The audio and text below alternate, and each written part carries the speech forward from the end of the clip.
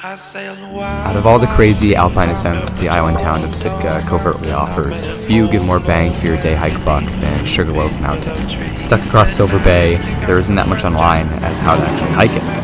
So when it was time to go back, I decided to bring some cameras, list my good friends Reid and Andrew, who I've shared a lot of good adventures with, and show you how to actually do it. So clearly you're going to need kayaks, or canoes, or a skiff from town if it's easy mode you want.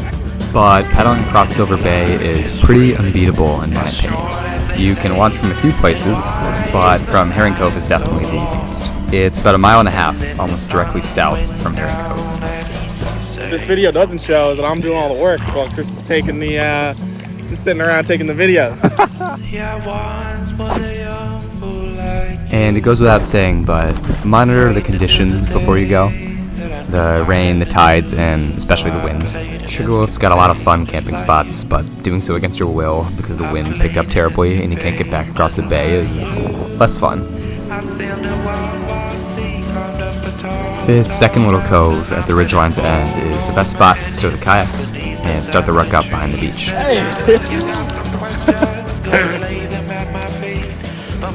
The best you'll find are game trails back here, so choose your own adventure where exactly you want to step. The only rules: head west, head up.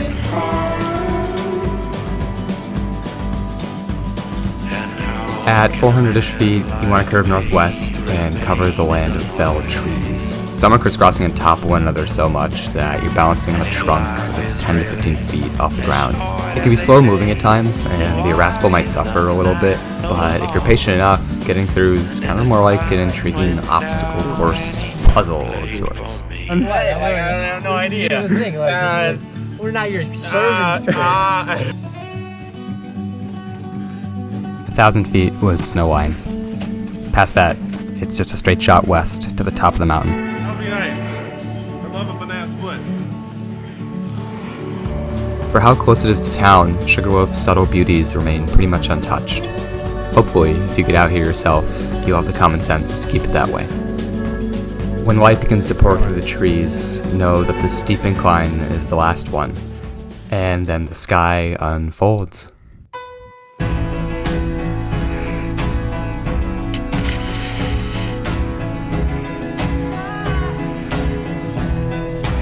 Bare Enough Island's mountains panoramically unfold like crinkled pieces of origami paper, and a few more steps at 1,726 feet, you're on top of Sugarloaf.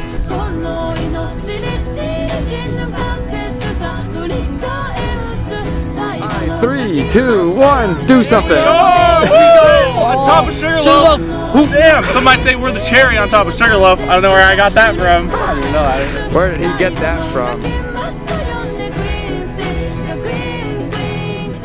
In moments like this, up here in the cathedral of color, clouds, and cornices, I close my eyes and remind myself how fortunate I am to live where I do, where the wind's bite is welcome, where the rain is the sun and the sun is a gift, where we get a place like this to ourselves, and those before us have stewarded it so that we can experience it as they did, and where Sugarloaf, like any place here or there, reminds you of what makes this place special.